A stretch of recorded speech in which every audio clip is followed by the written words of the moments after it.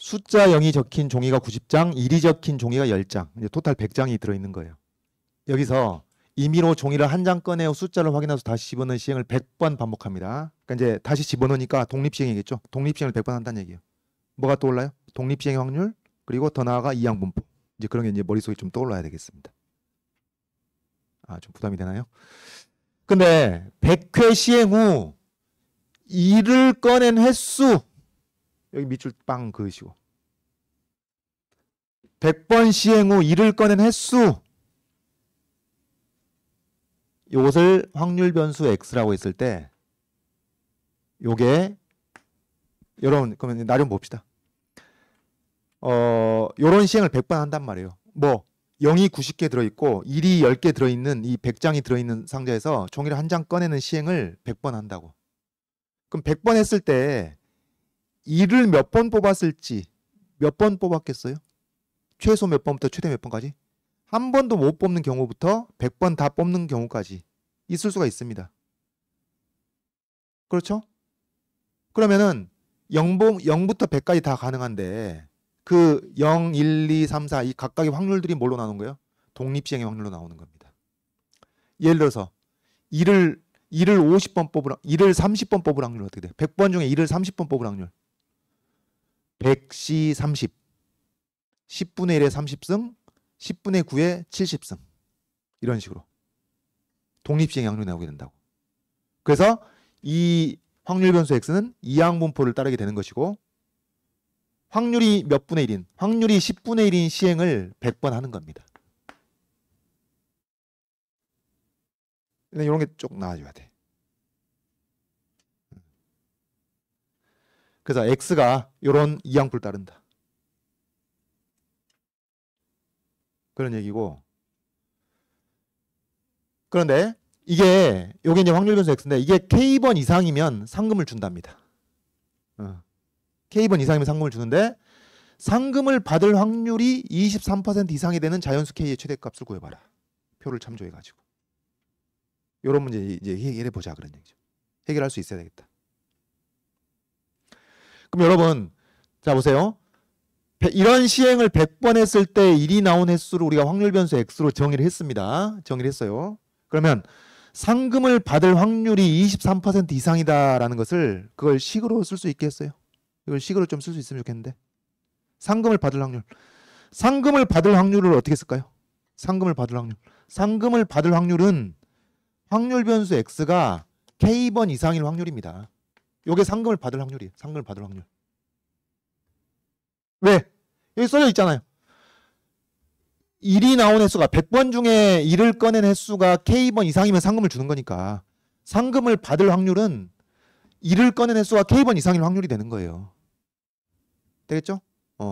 그래서 이게 이제 상금을 받을 확률입니다. 근데 이 상금을 받을 확률이 이제 한 번 더 꼬여 있어요. 23% 이상이 되려면 요 자연수 k가 최대 얼마가 되겠느냐. 그런 얘기입니다. 자연수 k가 어떠해야 되느냐. 이제 그런 얘기예요. 자, 그러면 여러분 이것을 한번 생각해 보세요. 한번 생각해 봐요. 지금 100장의 종이 90장 10장 있는 여기서 한 장 꺼내고 집어넣고 한 장 꺼내고 집어넣고 이걸 이제 100번 시행을 하는데 여기서 1을 꺼낸 횟수가 정확히 k번일 확률 어떻게 하겠어요? k번일 확률 100씩 k 10분의 1의 k승 10분의 9의 100 k승 k 플러스 1번일 확률은 100씩 k 플러스 1 10분의 1의 k 플러스 1승 10분의 9의 99 k승 k 플러스 2번일 확률 100씩 k 플러스 2 블라블라. 요것을 독립시행의 확률을 직접 이렇게 계산해 가지고는 날샌다 그 말이에요. 날새. 그래서 이런 문제를 정규분포에 근사한다는 그 성질을 이용해서 해결해 줘야만 한다는 겁니다. 안 그러면 계산하는데 날새. 시험 다 끝나.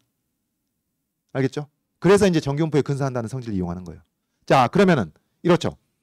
x가 이런 BMP를 따를 때 이 x가 어때요? 우리 아까 그래프가 n이 11대, 25일 때, 50일 때 변해가는 거 봤던 것처럼 이게 정규분포에 근사한다는 겁니다. 이게 정규분포에 근사하는 거예요.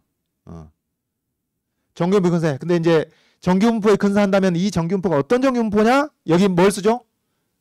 m하고 시그마 제곱을 여기 쓰게 되는 겁니다. m 자리에 뭐가 들어요? m 자리에. m 자리에 뭐가 들어오냐면 요 x의 기대값은 100 곱하기 10분의 1 np 해가지고 10으로 나온단 말이에요. 이건 우리 직관에 부합하는 거죠. 뭐 10번 정도가 기대가 되는 겁니다. 한 번 할 때 확률이 10분의 1이니까 100번 하면 한 10번쯤 되겠지. 그게 이제 기대값이에요. 그 다음에 분산은 어떻게 돼? 분산은 np q 해가지고 9가 나옵니다. 3의 제곱 9가 나와요. 그러니까 여러분 여기서 다시 말씀드립니다. x가 이렇게 bnp를 따를 때 기대값이 np고 분산이 npq라는 것은 이거는 근사적으로 그렇다는 게 아니에요. 이건 그냥 참값입니다. 이건 참값. 근데 정규분포를 따른다는 게 근사적으로 정규분포를 따른다는 얘기지. 그러면 근사적으로 정규분포를 따른다면은 그때의 m하고 시그마 제곱에는 요 값들이 들어오는 거예요. 평균 m, 분산 9 이렇게 오는 겁니다.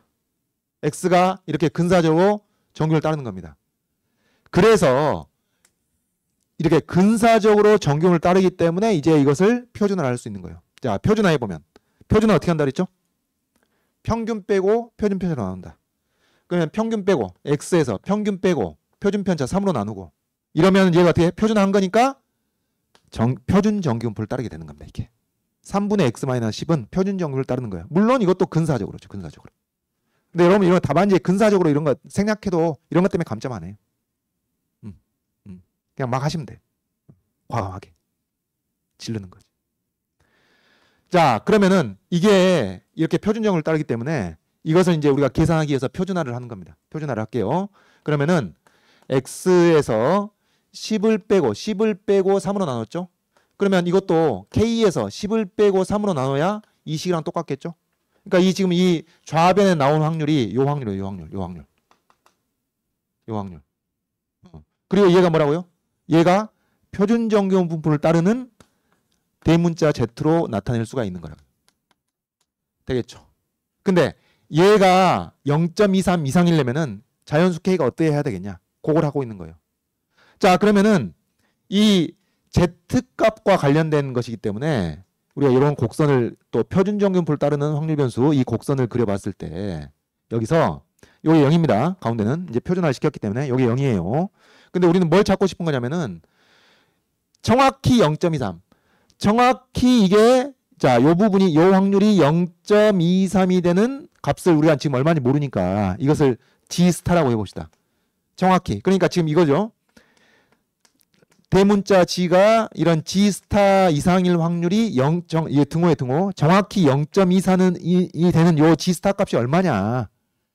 그걸 만약에 파악했다면은 요 3분의 K-10이 어떻게 되겠어요? 이 G스타보다 왼쪽에 있겠어? 오른쪽에 있겠어? 왼쪽에 있어야죠. 왜? 얘는 0.23 이상이니까 0.23 이상이어야 되는 거니까 정확히 0.23이 되는 G스타에 비해서 여기 왼쪽에 있어야 요 값 이상일 확률이 0.23 이상이겠지. 이해하겠죠? 그래서 일단은 0.23이 되는 값이 얼마인지부터 찾는 거예요. 표에서. 0.23이 직접 딱 등장하면 좋겠지만 이제 그러지 않지. 0.23이 어딨나? 여러분 0.23 찾아봐요. 0.23. 자, 보세요. 요 값이 0.23이면은 0부터 이 값까지 확률이 어떻게 되겠어요? 0.5에서 빼면 되니까 0.27이겠죠. 0.27을 여기서 찾아야지. 왜냐하면 저기 주어진 표는 뭐예요? 주어진 표는 0부터 이 값까지 나올 확률이니까. 자, 이 표의 의미가 어떻다고요, 여러분? 자, 표 보세요. G가 표준 정규를 따르는 G가 0부터 0.1까지 범위에 들어올 확률이 뭐 3.98% 정도 된다. 그 얘기. 0부터 0.2까지 들어올 확률이 한 8% 된다. 그런 얘기. 이런 뜻입니다. 이해하겠죠? 근데 우리는 뭘 찾고 있어요? 0부터 얼마까지 범위에 들어올 확률이 27%가 되냐 그 말이야. 그럼 0.27 찾아야 돼. 0.27. 0.27 보니까 없네. 0.27 어디 있어요? 여기를 봐줘. 여기를. 0.27. 0.27이 요 사이에 있는 값이니까 0.7 얼마란 얘기죠. 0.7 얼마. 즉 이 G스타라는 값이 0.7과 0.8 사이에 있는 어떤 값이라는 얘기입니다. 0.7 얼마란 얘기입니다. 정확한 값은 알 수가 없어. 뭐 비례하는 것도 아니기 때문에. 되겠죠? G스타가 이 범위에 있습니다. G스타가 이 범위. 그러면 G 스타가 이 범위에 있으니까 어떻게 돼야 되냐면은 이 3분의 K-12, 3분의 K-12이 G 스타보다 왼쪽에 있어야 한단 말이에요. 물론 같은 것도 허락을 합니다. 이런 상태란 말이에요.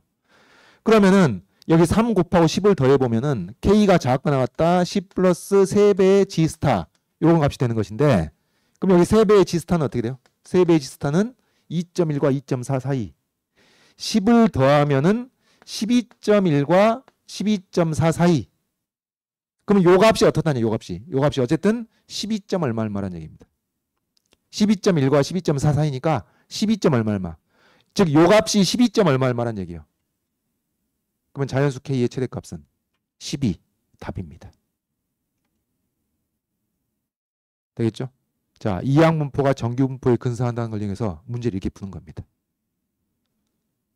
그럼 뭐 파악해야겠어요? 뭘 파악해야 되냐면은 일단 100번 중에서 1이 나온 횟수 요것이 이항분포다라는 것. 확률이 10분의 1인 시행을 100번 했을 때의 이 발생 횟수 이런 이항분포를 따른다는 것을 이해를 해야죠.